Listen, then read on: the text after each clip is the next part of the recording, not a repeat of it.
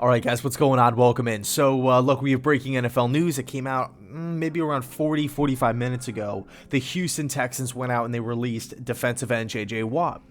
Okay, now look, at one point in time, J.J. Watt was considered the best player in the NFL by the fans, by the coaches, by his peers, right? Players in the league. The sheer level of dominance that Watt brought to the table was definitely recognized, okay? He had speed. He had power. He could take on double teams. He's a versatile guy. He's a great leader. Really does well bursting off the edge, right? He can fit, again, in a 4-3 system as that edge rusher or in a 3-4 system where he's taking on double teams. He finds ways to be productive.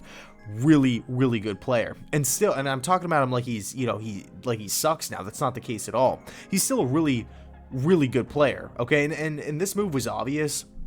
You're looking at the Houston Texans' state of affairs right now. It's a complete mess. I mean, you just had the president step down the other day. We have all these Deshaun Watson rumors, but this move is beneficial for Houston. I know it sucks to say goodbye to, a Texan legend. That's not a stretch to say a Texan legend. But you're saving $17.5 million. That's huge, okay? I feel like the Texans, they're not in a position right now. They're not a win now team. They have so many big contracts on the books. They don't have a first round pick. I feel like the Houston, and they're coming off of a 4-win season, all right? So Houston needs to part ways with these guys. I felt like it was obvious, right? There was no possible way J.J. Watt was going to be a Texan next season, whether it was by releasing him or trading him away. I just didn't see a scenario where Houston was going to pay that much money for, and really the same can be said with all of these different guys too. Just off the top of my head, the big contracts on the books for Houston, we have Brandon Cooks, Deshaun Watson, Laramie Tunsil, J.J. Watt. Merciless, I think, is on a big contract as well. And I could be wrong, but I believe Roby's he's going to be getting paid double digits as well. So Houston has to figure out the cap situation big time. They have to recoup some draft picks. We obviously don't know what's happening with all of these, Watson rumors and everything like that. So that can get you a nice haul if they decide to trade him. So I think the number one team to me that jumps right off the page is the Buffalo Bills, okay? I think Buffalo, not only are they, coming off a great historic season, but they're trending in the right direction. There's no coaches that left, right? Brian Daboll didn't accept his head coaching job, and Leslie Frazier didn't go to Houston. So you're looking at the coaching staff, it's fantastic. Not to mention Sean McDermott as head coach, and then as it pertains to the defensive line, you have Eric Washington, a guy who I really like as well. I think the Buffalo Bills defense, one of the issues with that defense was the lack of pressure, right? I think they really need a dominant edge rusher. Now, I'm not saying they need a Khalil Mack to have success, obviously not, but or a player of that caliber. I don't think J.J. Watt would need to come in and get 13 sacks for the Bills to get to the playoffs. I don't see that at all, right? They made the playoffs without him. So I think if J.J. Watt could come in and maybe just snag 8-9 sacks next season, it would be a tremendous help. Also, he just gives opposing offenses that threat. Like, okay, we're going to have to figure out what to do with them. We're going to have to figure out, are we going to double team him?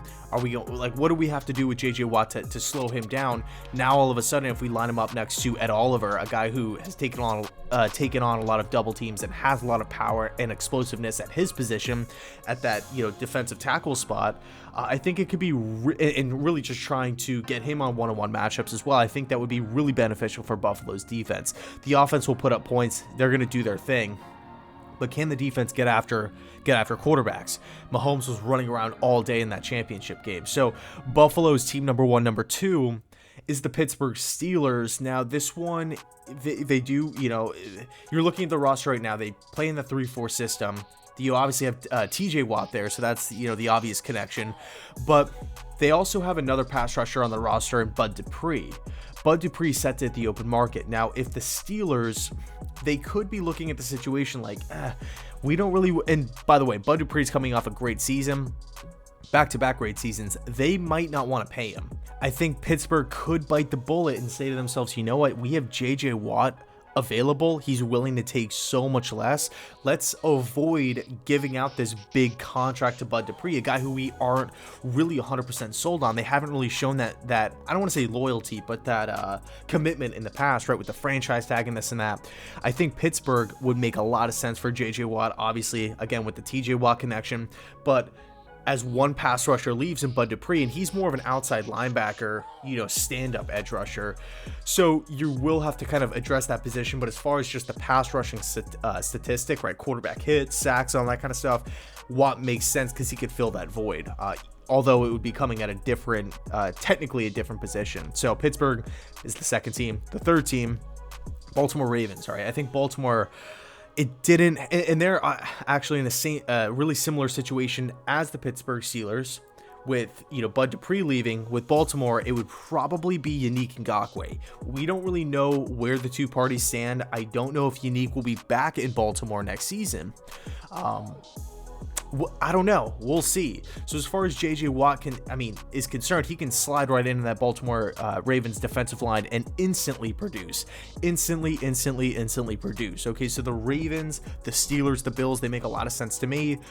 Now, another direction I can see JJ Watt taking, and then to be honest with you, I actually wouldn't want to see this as just a fan of football, but it's just becoming so popular these days where they just sign like a 1 year like minimum contract with like a team like the Chiefs or the Buccaneers or the Saints or probably like the Rams or something like that, where it's just like, sign me up for a free Super Bowl shot kind of thing. Now, of course, Pittsburgh, Baltimore, and Buffalo, they're all contenders as well. But I feel like his role with those teams, those three teams, will be much much bigger, as opposed to going to a team like Kansas City or Tampa Bay, where he would be a rotational piece, or he's just kind of in it and will be a sub package player essentially. So let me know your thoughts on JJ Watt. Do you still like him? Do you think he still has gas left in the tank? I do believe that.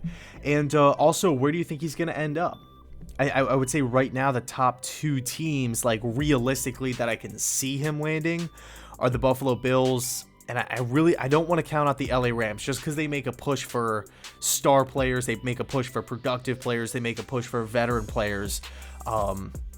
I don't think JJ, and of course lining JJ Watt up next to Aaron Donald would be a complete nightmare for offenses out there. So I could see the Rams and the Bills being the top two realistic landing spots. I just don't know what's happening with Bud Dupree and Yannick Ngakoue in Baltimore. So thanks so much for watching, and as always, thanks so much for sticking with this channel, and go Jets.